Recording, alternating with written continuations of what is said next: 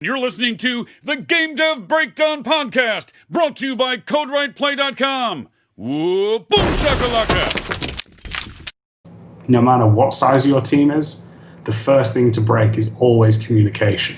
That is always the thing that just disappears. Mm-hmm. So you've really got to make sure everyone's kind of on the same page. And it happens, if we're saying, man, we're going to work on this level with the giant robot, you've got a very different version in your head of what a giant robot is versus my version. So we always have to be like that.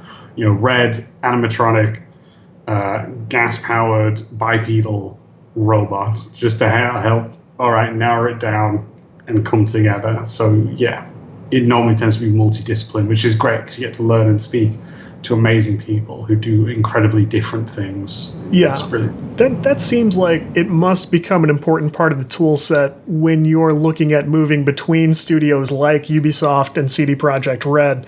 I mean, I'm sure big studios would love to try out, hey, this person worked on a mobile game with two other people and seems like a great designer.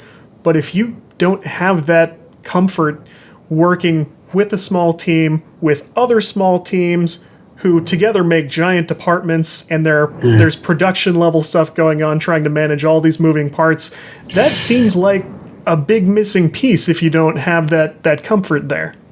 So I'm sure that helps you, score entry into something like Cyberpunk where you manage to end up.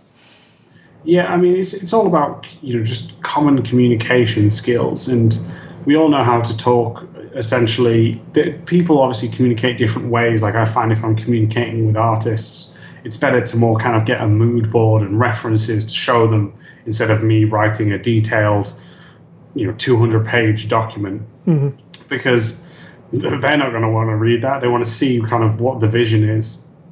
But if I'm speaking to more of, say, a programmer, just cut the fluff, go straight to the point, give the kind of repo steps, be very, forward with what I think is causing the issue or what I want.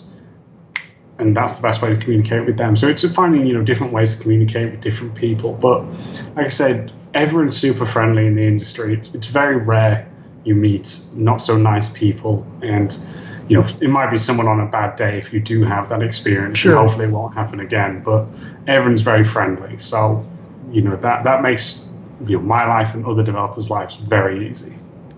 How much did you learn about your own listening skills when you started podcasting, particularly when you started interviewing? Because if you're like me, I realized there were levels of listening I didn't even know about, and that I wasn't as good at it as I thought. Have you had that experience? Yeah, I find it a hard line, right? Because to tell between, obviously, like I say, listening, when to talk, what to talk about. Like, should you just ask the questions, or should you kind of bounce off each other? I'm sure every guest is slightly different in how they talk and kind of what your kind of comfort level is with them as well. Because some keep it very professional, others like to joke around.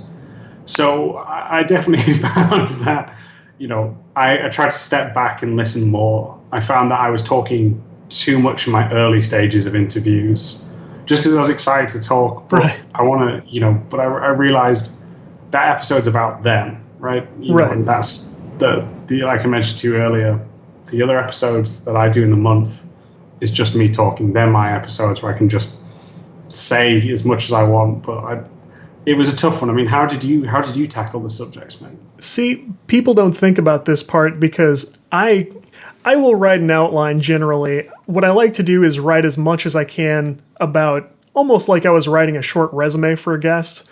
Like I've got it. I'll even send you the document if you want to see it, but it's, I've got your name, your title, your big projects.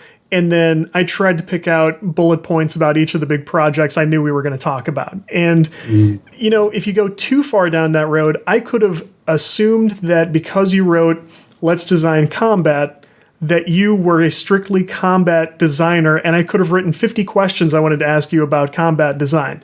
Now, you probably would have done fine with that, but it would have been the wrong direction to really lean that far in the discussion, and I could have thrown away 45 minutes of really good, all-around general discussion that we could have done. But I started this because I worked as a professional software developer.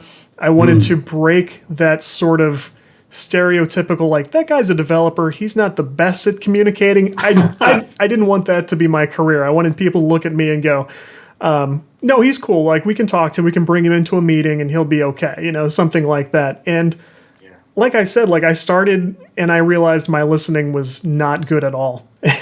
And over the course of, you know, doing enough of these, you know, I'll look back during editing and go, I forgot to ask him this. I should have followed up on that, but it's come a long way for me, I think. And even friends who have sort of followed the podcasts I've done have gone, oh yeah, it's like you're way, you know, they say better and then that hurts your feelings. Like, was I that bad? but really, like, I knew I was doing this to try to improve something. And if people have that problem, try stuff like this. Go on podcasts if you don't want to start one yourself, but like, have conversations and really focus on that listening and adapting a conversation to it. That's my experience. I don't know, you know, how different it is for you. So. No, man. I mean, you've done a great interview here, mate, and I appreciate what you've done with it. And so, thank you. And we sure have burned through an hour, just minus the parts I promised to cut out. Exactly. Cha-ching. Yeah.